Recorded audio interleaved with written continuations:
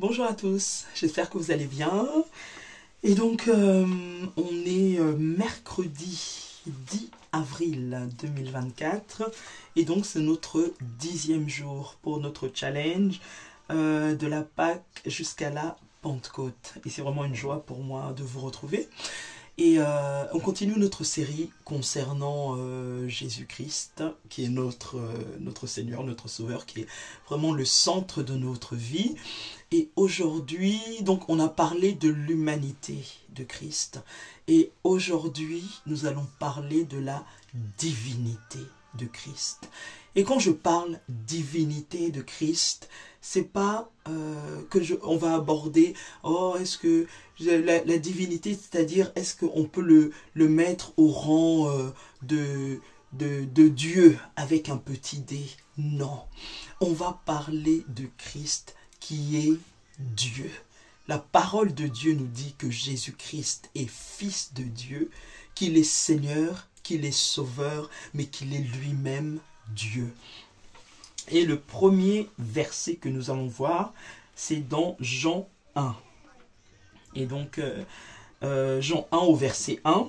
Et donc, l'épître de Jean nous dit, « Au commencement était la parole, et la parole était avec Dieu, et la parole était Dieu. » Et quand on parle de la parole, on parle de Jésus-Christ. Et on comprend qu'au commencement, Jésus-Christ était. Il est la parole de Dieu faite chair. Mais aujourd'hui, on va parler de sa divinité.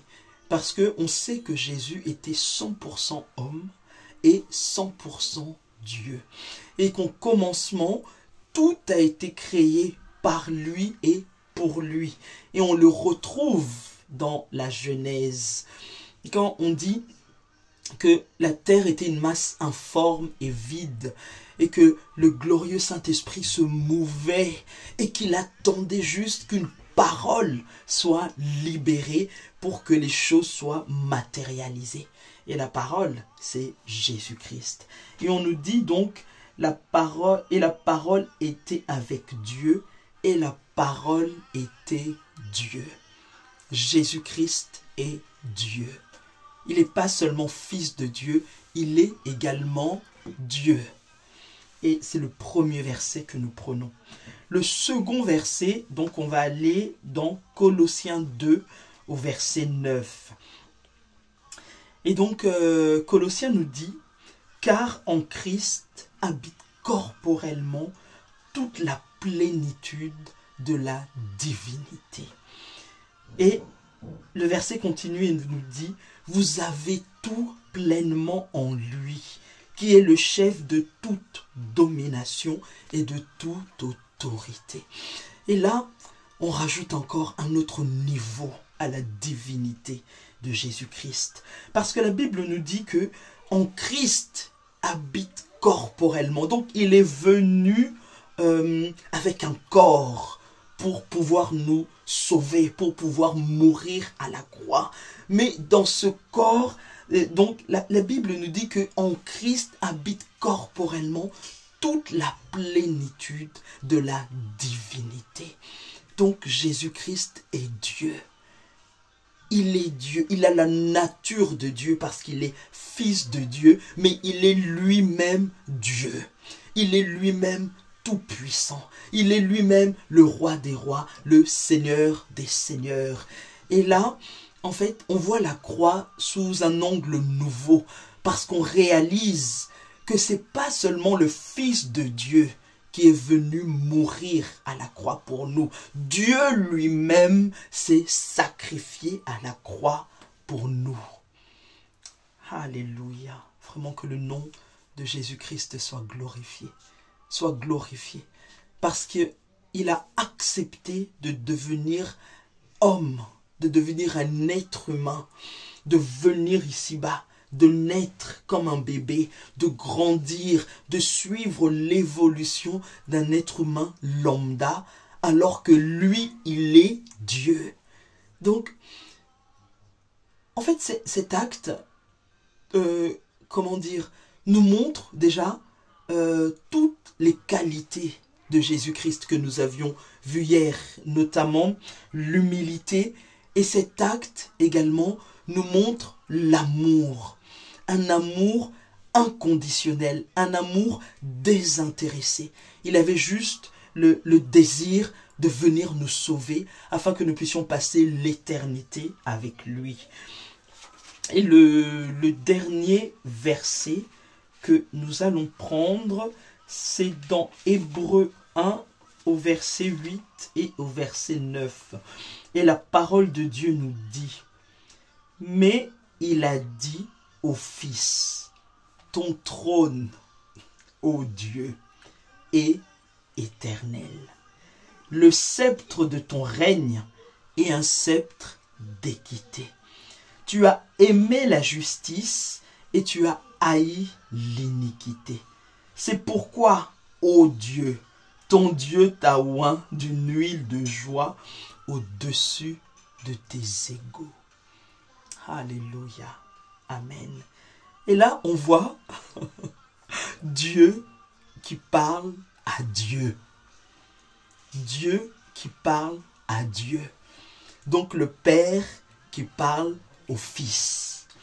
Et il dit, ton trône, ô Dieu, est éternel. Jésus-Christ, avant même le commencement du monde, il est. En fait, il est. C'est pas qu'il était, il est. Après la fin du monde, il est. Parce qu'il est Dieu, il n'a pas de commencement, il n'a pas de fin. Il est l'alpha et il est l'oméga. Il est le premier, il est le dernier. Il est Dieu. Et Dieu lui-même, s'adressant à Jésus, lui dit, mais il dit au Fils, ton trône, ô Dieu, est éternel. Le sceptre de ton règne est un sceptre d'équité. On voit la grandeur de Jésus-Christ. Un sceptre d'équité. Un sceptre royal.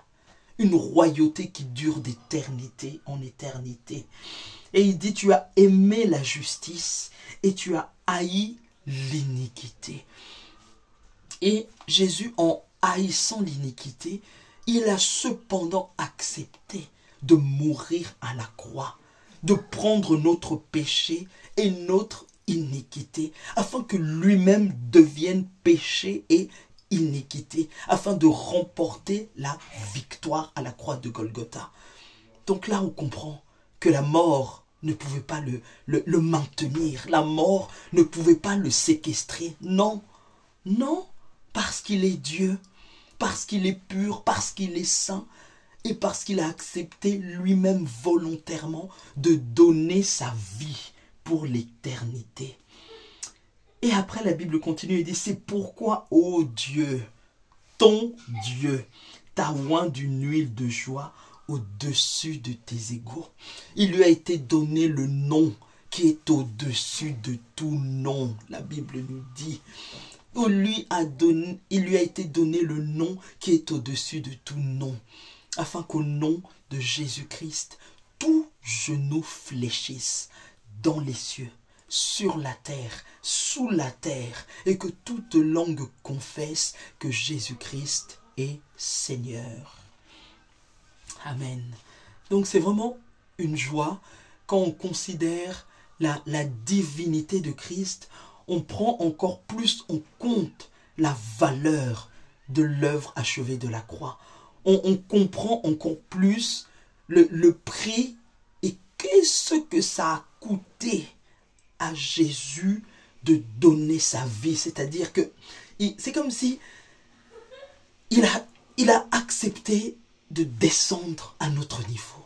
Il a accepté de descendre à notre niveau. Il n'a rien refusé pour que nous soyons sauvés.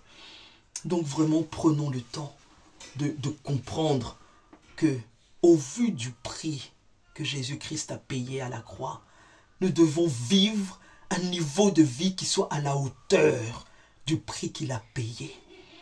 Parce que la Bible dit que nous avons tout pleinement en lui, qui est le chef de toute autorité et de toute domination. Donc prenons ce que la mort et la résurrection de Jésus-Christ nous a donné. Donc prenons cette victoire, prenons cette guérison, prenons cette restauration, prenons cette vie abondante et allons de l'avant. Parce qu'on n'a pas été payé, on n'a pas été délivré à prix d'argent, non. C'est Jésus qui a payé le prix. Il n'a pas payé en termes d'argent, ni en termes d'argent, ni en termes d'or, non. Il a payé au prix de son sang. Donc vraiment que cela ne soit pas en vain dans la vie de chacun de nous. Et je vous encourage vraiment à accepter l'œuvre accomplie de la croix de Golgotha et surtout à en bénéficier à la hauteur de ce que ça a coûté à Jésus de le faire. Voilà, nous arrivons vraiment à la fin de cette petite exhortation. Et ma prière, c'est que vraiment le Seigneur vous bénisse abondamment, abondamment. Qu'il prenne soin de vous. Et la parole de Dieu, c'est pas seulement une question de lecture, c'est pas un roman, c'est pas un livre d'aventure, mais la parole de Dieu, c'est une question de révélation. Et celui qui nous donne accès à la révélation, c'est le glorieux Saint-Esprit. Donc que vraiment le glorieux Saint-Esprit prenne le contrôle de toutes choses dans vos vies et dans nos vies. Que le nom de Jésus soit glorifié. Merci et passez une bonne soirée. Bye bye.